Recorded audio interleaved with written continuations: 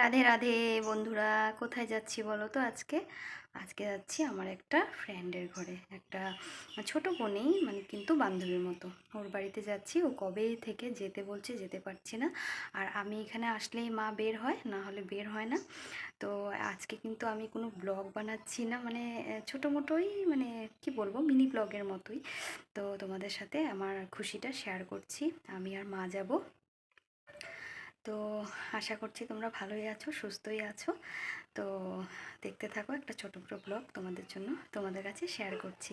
তো এখন হলো আমরা বের হব। এই যে সব কাজকর্ম শেষ, রান্না বাড়া শেষ। তো এখন হলো বের হব,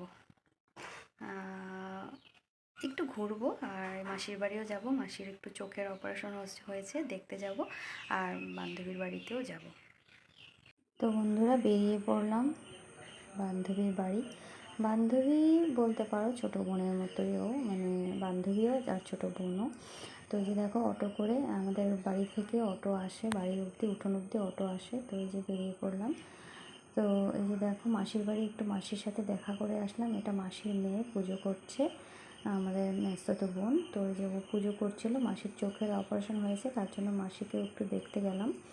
তো আগে মাসিকে দেখে নিলাম। আর মাসির দেখো ছোটো নাতিন কীভাবে ওকে ডিস্টার্ব করছে, পুজো করছে যে। আর এই যে দেখো, মাসির চোখের অপারেশন হয়েছে।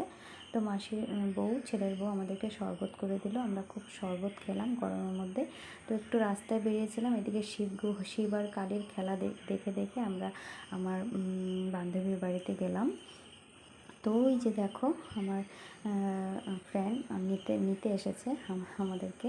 ও রান্না বসিয়ে দিয়ে এসেছে। তো এই যে দেখো, ও নিয়ে চলে যাচ্ছে। বলেছে তোমরা এসেছো, আমার খুব ভালো লেগেছে। অনেক দিন ধরেই ডাকছিল, কিন্তু আমরা যেতে টাইম পাচ্ছিলাম না। তো এই যে দেখো, আমি আর মা এসেছি, আমার ছেলে আসেনি, ও ঘরে বসে আছে। বলে যে তোমরা গল্প করবে, আমি কি করব, তার জন্য ও আসেনি। তো যাই হোক, গিয়ে ওদের বাড়িতে এরকম কাঁচা কুয়ো আছে, কোয়ার্টারেই থাকে ওরা। তো পাটা ধুয়ে ঢুকতে হয়, কেননা গোপাল আছে, তার জন্য। এই যে দেখো, কুয়োটা খুব ঠান্ডা জল, কিন্তু রিক্সি আছে বন্ধুরা।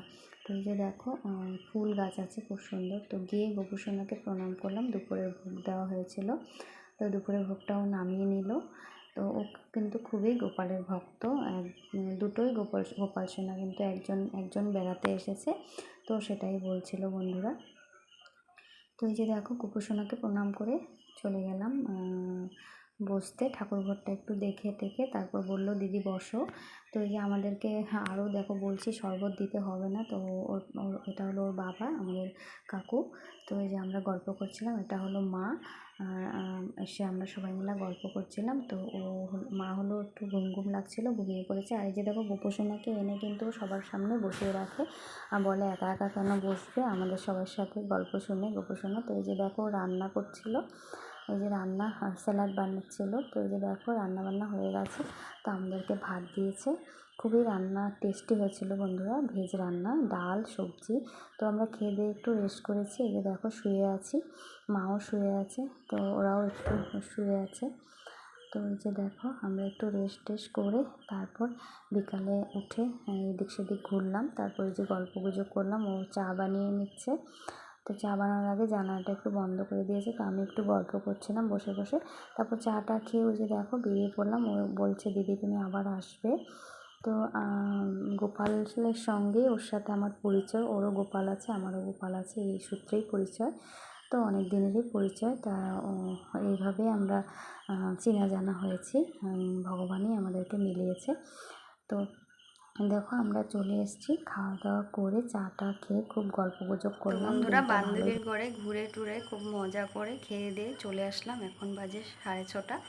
মা সন্ধ্যাবাতি দিচ্ছে, আমি কাপড় চোপড়গুলো একটু ছাড়বো।